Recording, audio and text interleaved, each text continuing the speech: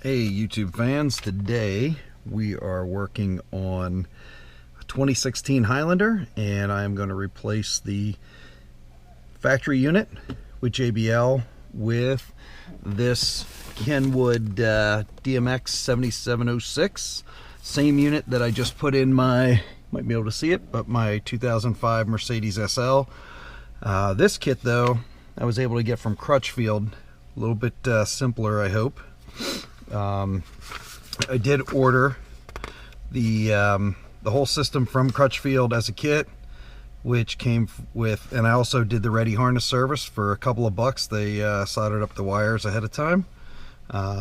So it comes with the antenna adapter, a couple of cables, the radio, the dash, the iDataLink Maestro box here, which I've already plugged in, selected my vehicle and flashed it for this Toyota, and a crap ton of harnesses. The factory radio removal piece is about the only thing that's useful on the Crutchfield documentation. And then once you pick your vehicle, you get installation instructions and a wiring guide and plug-in guide for putting this whole system together. And this is the dash kit. This is the ready harness setup with a ton of wires and plugs and all kind of stuff all put together, and then a couple of the other adapters, and that's it. So far, here's what I've done. Using that Crutchfield guide, we've pulled out the climate control, number one. Number two, well, actually number two was pull this left vent, then this trim piece, and then the right vent. And that is how far I have gotten. Next I'm going to loosen up this radio, and I'll be back in a little bit. Okay, 1, 2, 3, 4 10 millimeters, and this radio comes out, and this is where all the fun's gonna begin. After this, we've got 1, 2, 3, 4, 5, 6, 7, 8, 9, 10 different connections on the back of this radio. So next I'm gonna pull this harness and start pulling these plugs one at a time, figuring out where they go and which adapter fits them, and then I'll be back. So here's what I've got so far. So I got the iDataLink. This is the harness that came from Crutchfield. So in the packaging it tells you not to use those two. I do have this one. So I've got 4. I got to figure out where some of this stuff goes. Everything came off the radio. That's this harness here. So we're going to start matching these plugs up. And then the RCA stuff will go into the new unit. Some of this is for backup, some of this is for sound, I think. I got to figure that out. And then you've got a wire for dash illumination and the emergency brake. So I'll be back after I figure out what plugs up here. And I also got up here, this one's steering wheel control. This was the USB they gave me to flash it. And this, since it's line out, since it's 3.5 millimeter, I'm assuming this is maybe a link to the factory mic. We'll find out. So next we're going to go unbox this. We're going to mount up the kit and start figuring out our wiring connections. I've got the plug, I've got the harness connections made, I've got a few other things that I don't know what they are, but they don't seem to be according to the instructions necessary, and these probably head towards the radio. So we're going to figure all that. This is the iDataLink. So figure all that out in the next segment. Unit. Didn't film the whole unboxing, but I like it because it's nice and it's not deep. And this is the exact same unit as I said I put into the SL. So going from car to car, don't have to learn a new interface, and I really liked how it turned out in my SL. So here we are. This is the kit from Crutchfield, which is the aftermarket bracket. This is definitely different than paying for a kit. These are of course the free ones. When I did the one in the Mercedes, I got one out of Germany that was, this front piece was plastic, but all the rest of it was in metal, which was a little bit higher quality. But I guess you get what you pay for. So I'm going to assemble this guy and then I'll be back. Okay, here's the finished product. So basically take your trim ring, obviously that ring you won't need. These two pieces screw in, slide your radio back in. You had to break these tabs off according to the instructions, and then 2 screws each side, and we're all set. Back to the front of the car to start plugging the crap back in.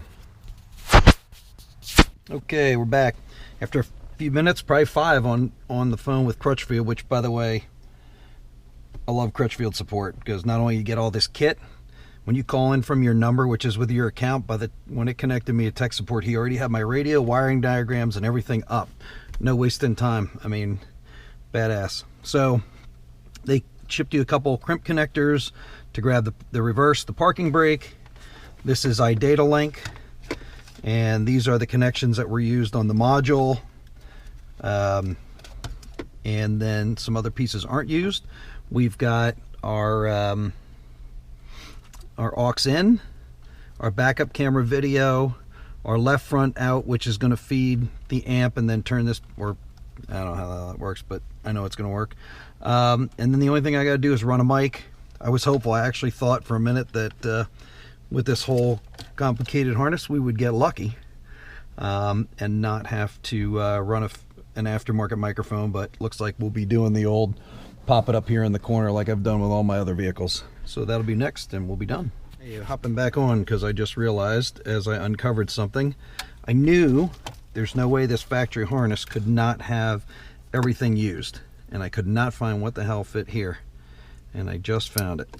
So this guy actually is what goes in your backup camera location and fits into, looks like this one. Yep, there we go. So that's that connector. And by the way, just want to make one quick call out. See if I have this paperwork sitting here. A little one more commercial for a new service. Right here.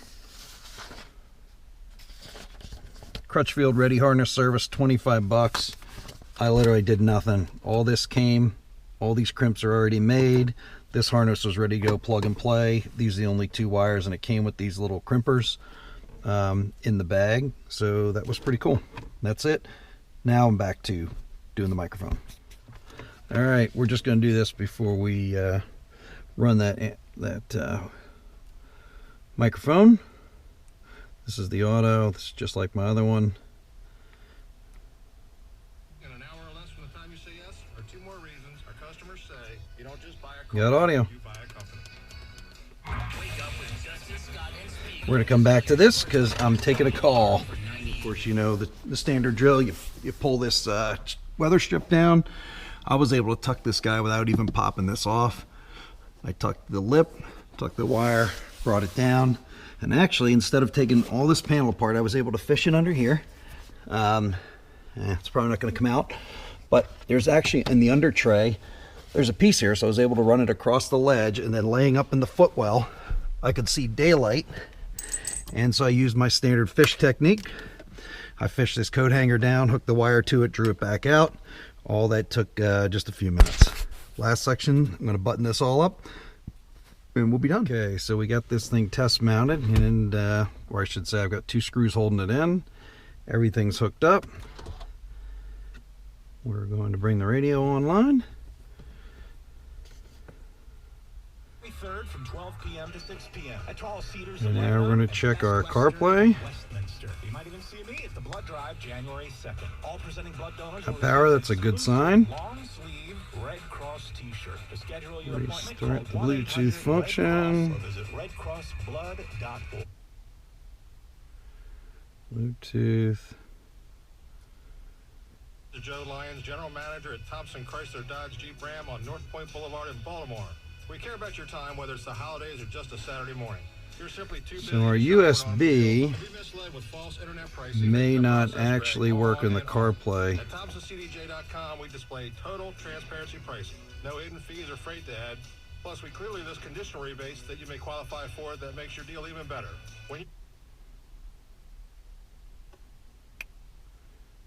That might not have CarPlay support, so we're gonna have to mess with that a minute. Might have to run the aux USB down into the tray where this factory one is. I'm not sure yet, because I am not seeing, I'm seeing power on the USB, but I'm not seeing CarPlay. Oh, wait a minute. Hello. Ah, I'm glad I didn't do anything yet. There we go. Well, the car saw CarPlay.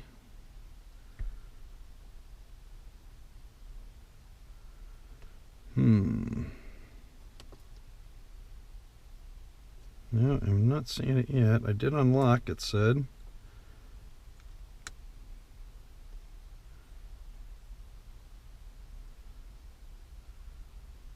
There we go. Beautiful. Up and running. All right, my friends. Let's check a little bit of radio. Find 93.1.